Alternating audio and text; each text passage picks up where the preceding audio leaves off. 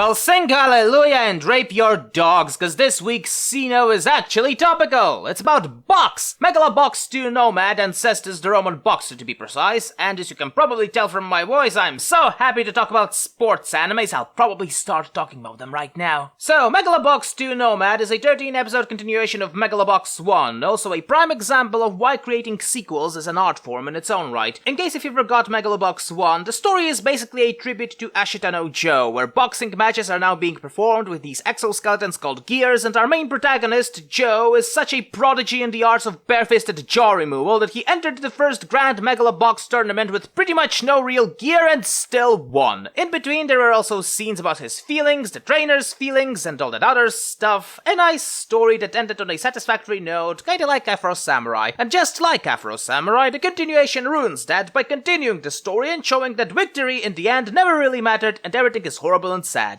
Well, okay, it's not entirely like Resurrection. The story starts roughly 5 years after the first season, where we see Joe growing a beard and traveling from city to city under the guise of Nomad. Joe is portrayed as a depressed person with an addiction to painkillers, so we already know it's off to a good start. Then he meets an immigrant settlement where he helps a boxer to win a match, and from that point on, the whole Nomad stuff is mostly forgotten and turned into a metaphor. He then returns back to his home, where we learn about, well, what happened in between these past years between Team Nowhere, as well as learn about the other immigrant that has some super science chips jammed into him, and then Joe and he fights, and it all ends happily ever after. But you sexual triceratops, I hear you gasp, where is the boxing in this boxing anime? Well, that's where things start to get interesting. See, a lot of the interviews with creators claimed that they wanted this show to move from just being a shadow of Ashita no Joe and become its own thing, and its own thing it became, with the story now being less about Box or even Joe and more about other characters and the world around them. Sure, Joe does stuff in these episodes, and the plot itself isn't even that bad, it's just that there's not much boxing in here and more slice of life. In fact, the entire sports anime genre can be broadly defined into three categories: the ones that take the piss, the ones that take it seriously, and the ones that use sports as a vehicle to tell another story. And this isn't so much defined, but more like a spectrum, where there can be an anime that both talks about other stuff and takes the sport seriously, and anime that takes the sport seriously while taking the piss. And speaking of piss, Cestvs the Roman Fighter is an 11-episode historical sports anime about a fighting gladiator named Cestvs and how he slowly but surely acquires more power to buy his freedom, and we watch as he beats up increasingly more powerful but charismatic opponents and develops a rivalry with another fighter that is better than him until he's not. Recently in video game discourse, an interesting term cropped up: boomer shooter. It's a term for those shooter games that deliberately try to emulate the feel of old shooters like the first Doom or Duke Nukem and so on, and this is exactly how I could summarize Cestvs in one term: a boomer anime. You can practically feel the early 2000s throughout the entirety of the show, especially in the dialogue, though I could kinda say the same about the production quality. If you've seen any shonen anime of those times, your Narutos and the like, you'll instantly feel familiar as to where this anime is going, and that wouldn't be that bad of a thing, really, if not for two things. One, the anime has that annoying thing where people talk or discuss the fight more than they actually fight, and two, the anime cut out a big chunk of the story.